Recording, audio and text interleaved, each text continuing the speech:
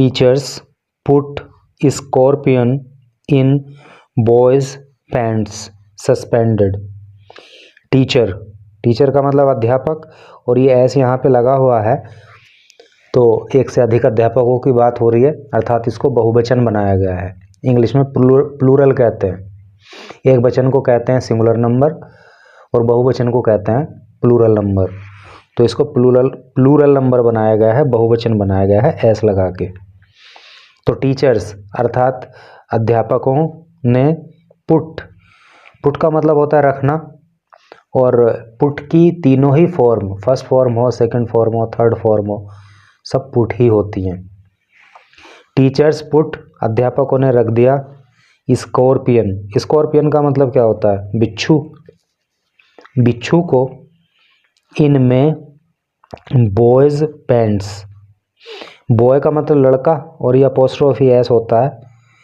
हिंदी में इसका मतलब का की के से होता है, लड़के की पैंट्स में।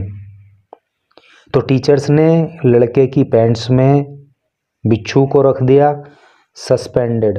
सस्पेंड का मतलब होता है निलंबित करना, और इसी मामले को लेकर के इन टीचर्स को निलंबित कर दिया गया, इनको सस्पेंड कर दिया गया। चलो पढ़ते हैं आगे, तो घटना का पता लगेगा और इंग्लिश भी सीखने के लिए मिलेगी।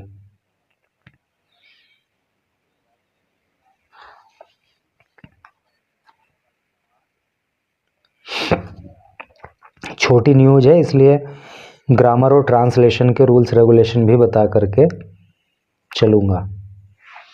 3 teachers of A government school in Shimla. 3 teachers, 3 अध्यापक। अगर एक टीचर की बात हो रही होती तो ये ऐसा नहीं लगता, ठीक है।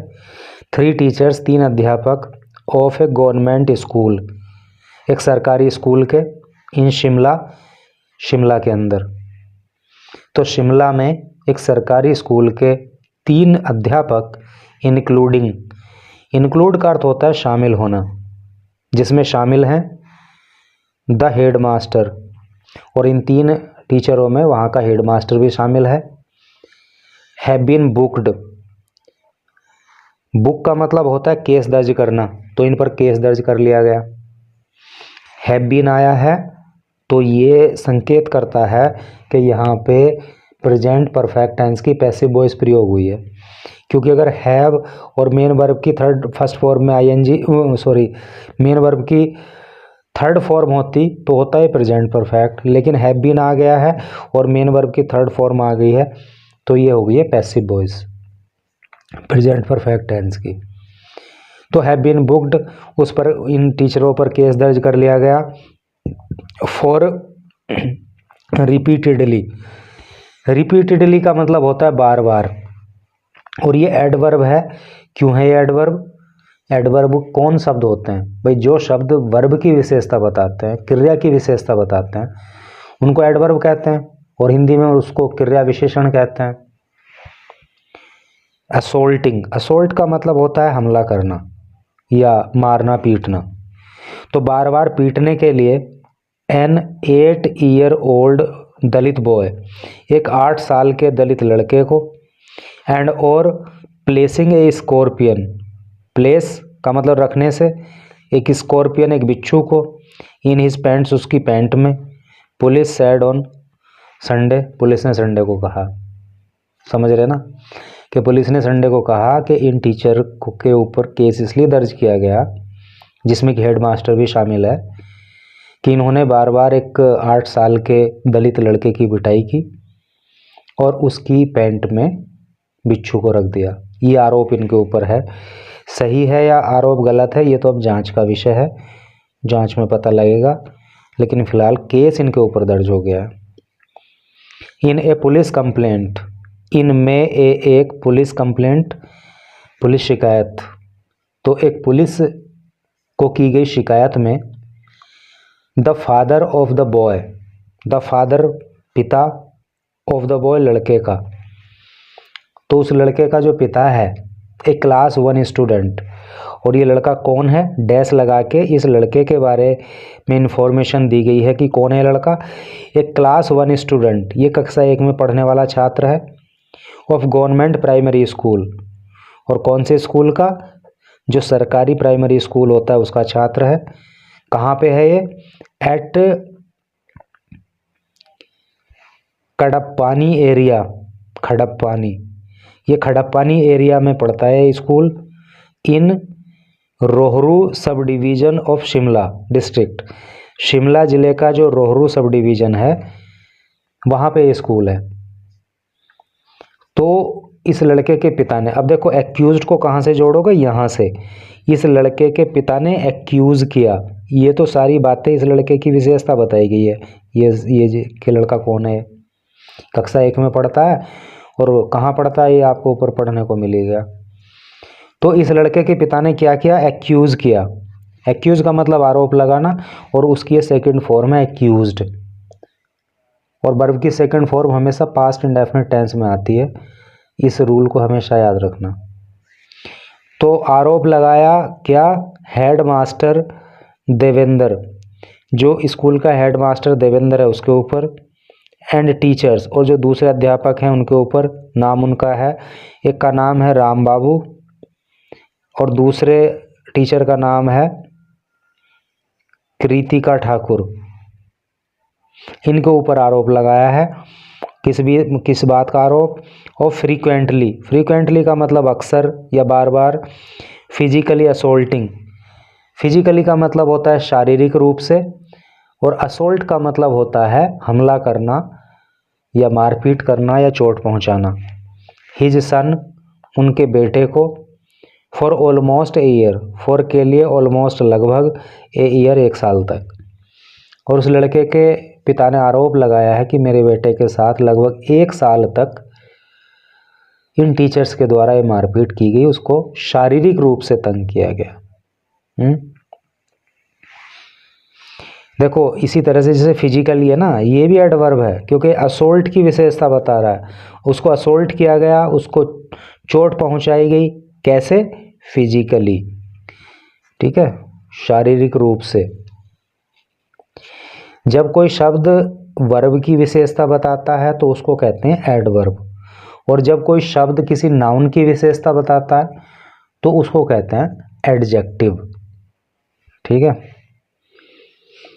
द कंप्लेंट सेड, कंप्लेंट में यानी कि शिकायत में, शिकायत ने कहा अर्थात शिकायत में कहा गया है क्या बात?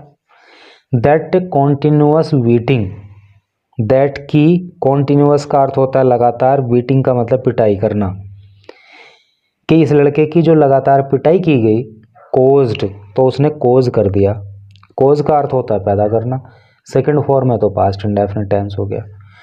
तो इस शिकायत में जो पुलिस को दी है उस लड़के के पापा ने, उसमें कहा गया है कि उस लड़के की चूंकि लगातार पिटाई की गई तो उससे पैदा हो गया क्या? The child's ear to bleed, बच्चे के कान में खून आना। देखो यहाँ पे टू ब्लीड जो है ना, ये क्या है? ये ट्रांजिटिव है, वो सॉरी ये इन्फिनेटिव है नहीं? और इन्फिनेटिव क्या होता है? जो वर्ब की फर्स्ट फॉर्म होती है ना, जो बेस फॉर्म होती है, जब उससे पहले टू लग जाता है तो वो ये हो जाता है इन्फिनेटिव। तो बच्चे के कान, उसकी चूंकि लगातार पिटाई की गई इसलिए बच्चे के कान से खून बहने लग गया। एंड डैमेज्ड, और डैमेज हो गया, डैमेज का मतलब क्षतिग्रस्त हो जाना, और क्षतिग्रस्त हो गया his ear drum. Ear drum का मतलब होता है कान का पर्दा, और उस बच्चे के कान का पर्दा भी क्षतिग्रस्त हो गया। ही ऑल्सो सैड, ही उन्होंने अर्थात उसके पापा ने, ऑल्सो भी सैड कहा, उस लड़के के पापा ने कहा, the teachers took his son to school's toilet. The teachers जो अध्यापक थे, टुक वो ले गए, टेक की सेकंड फॉर्म टुक होती है। हिज सन उनके बेटे को, to the school's toilet school की टॉयलेट में, where they placed a scorpion in his pants, where जहाँ पे दे उन्होंने प्लेस कर दिया यानी कि रख दिया, स्कॉर्पियन एक बिच्छू को, इन हिज पैंट्स उसकी पैंट में, तो एक बिच्छू उन्होंने उस लड़के की पैंट में रख दिया। फॉलोइंग द कंप्लेंट, फॉलोइंग देखो फॉलो का मतलब वैसे तो पीछा करना होता है, किसी के पीछे जाना है ना, फॉलो होता है। किसी का अनुसरण करना, बातों में हो या उसके पीछे पीछे जाना हो, वो फॉलो होता है। तो इसका सेंस बाद भी होता है। जैसे मान लीजिए कोई आगे चल रहा है, आप उसके पीछे चल रहे हो, तो आप उसको फॉलो कर रहे हो, या यूं कह सकते कि आप उसके बाद चल रहे हो। तो सेंस लेना पड़ता है चीज़ों का। एग्जैक्ट अगर बिल्कुल आप किसी वर्ड के मीनिंग को लगा के चलोगे तो कई बार उसका अर्थ नहीं निकाल पाओगे, थोड़ा सेंस लेना पड़ता है। फॉलोइंग द कंप्लेंट, तो शिकायत के बाद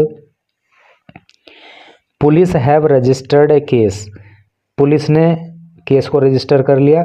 और पुलिस के लिए, पुलिस को हमेशा बहुवचन कर्ता मानते हैं, इसीलिए यहाँ पे हैव का प्रयोग है। अगर एक वचन कर्ता मानते तो यहाँ पे हैज का प्रयोग होता, लेकिन हैज का प्रयोग यहाँ पे गलत है, क्योंकि पुलिस को हमेशा बहुवचन कर्ता माना जाता है। तो शिकायत के बाद पुलिस ने क्या किया, मामला दर्ज कर लिया अंडर, तहत, सेक्शंस। सेक्शन का मतलब होता है धारा, धाराओं में, कौन कौन सी धाराओं में। अब कानून की जानकारी भी कुछ हासिल कर लो कि कौन सी धारा किस अपराध के लिए लगती है। 1 to 7 सब सेक्शन 2, ये धारा में केस दर्ज किया गया। और ये धारा क्यों लगती है, रॉन्गफुल कन्फाइनमेंट। रॉन्गफुल का मतलब होता है गलत तरीके से, कन्फाइनमेंट का मतलब होता है बंधक बना के रखना। किसी को अगर आप गलत तरीके से बंधक बना के रखोगे है नहीं, तो वो क्या होगा, वो रॉन्गफुल कन्फाइनमेंट होगा।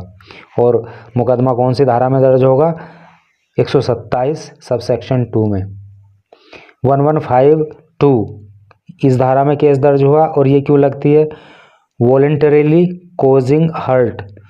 वॉलंटरीली का मतलब होता है जानबूझकर, कोज का मतलब होता है पैदा करना, हर्ट का मतलब होता है नुकसान या चोट।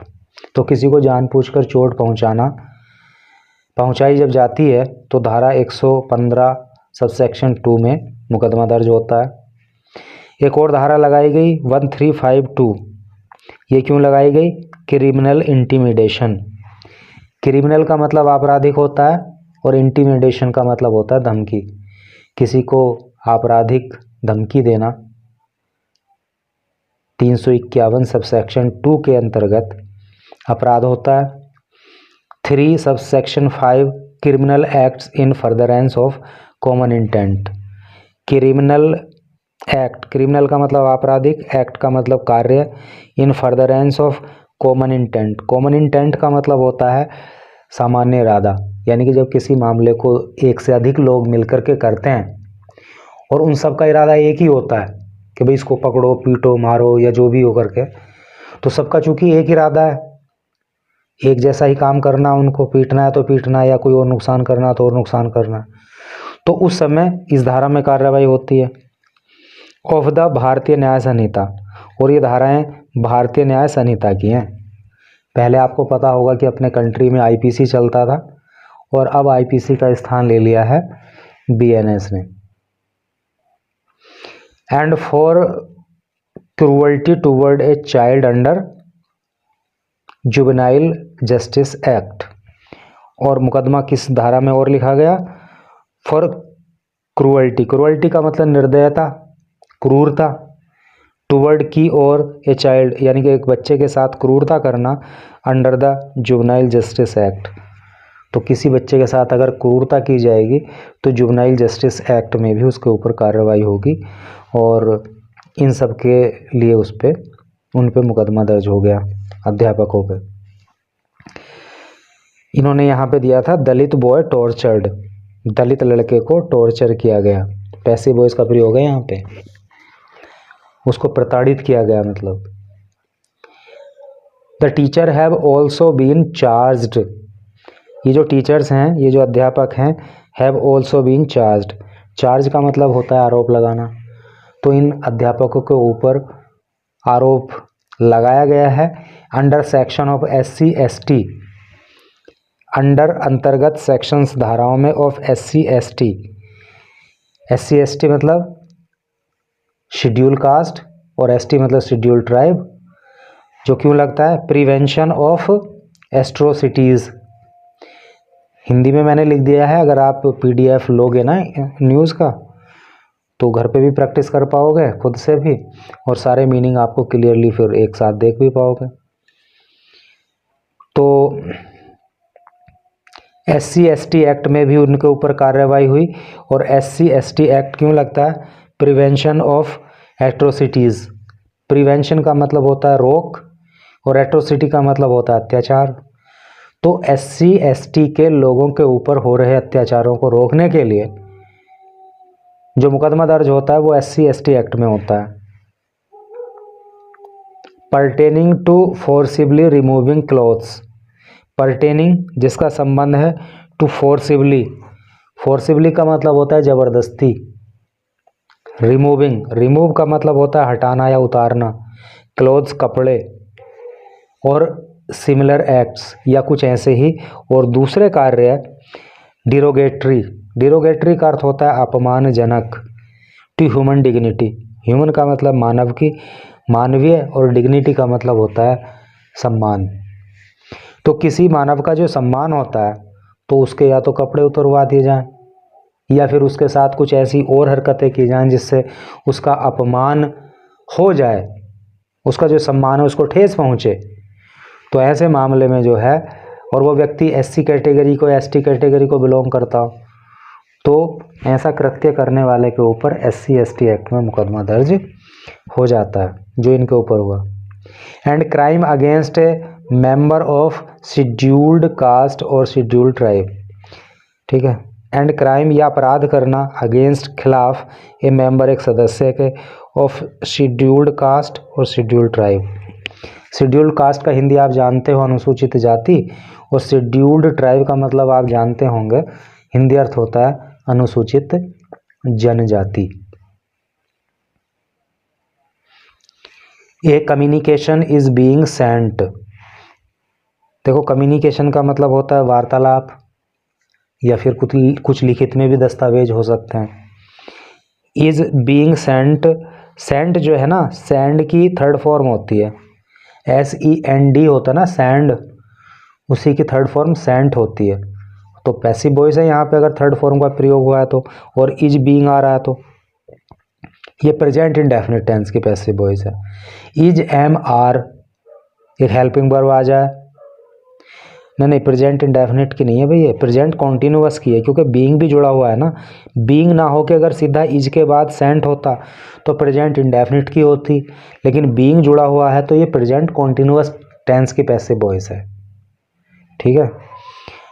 तो एक जो कम्युनिकेशन है वो भेजी गई है टू सीनियर्स, वरिष्ठ लोगों को, वरिष्ठ अधिकारियों को, फॉर डायरेक्शंस, डायरेक्शन के लिए, दिशा निर्देशों के लिए, एज टू वेदर क्या द इन्वेस्टिगेशन, जो इन्वेस्टिगेशन है, जो जांच है, जिसको प्रोब भी कहते हैं, इज टू बी कंडक्टेड, वो की जानी है, बाय ए गजेटेड ऑफिसर, एक गजेटेड ऑफिसर के द्वारा।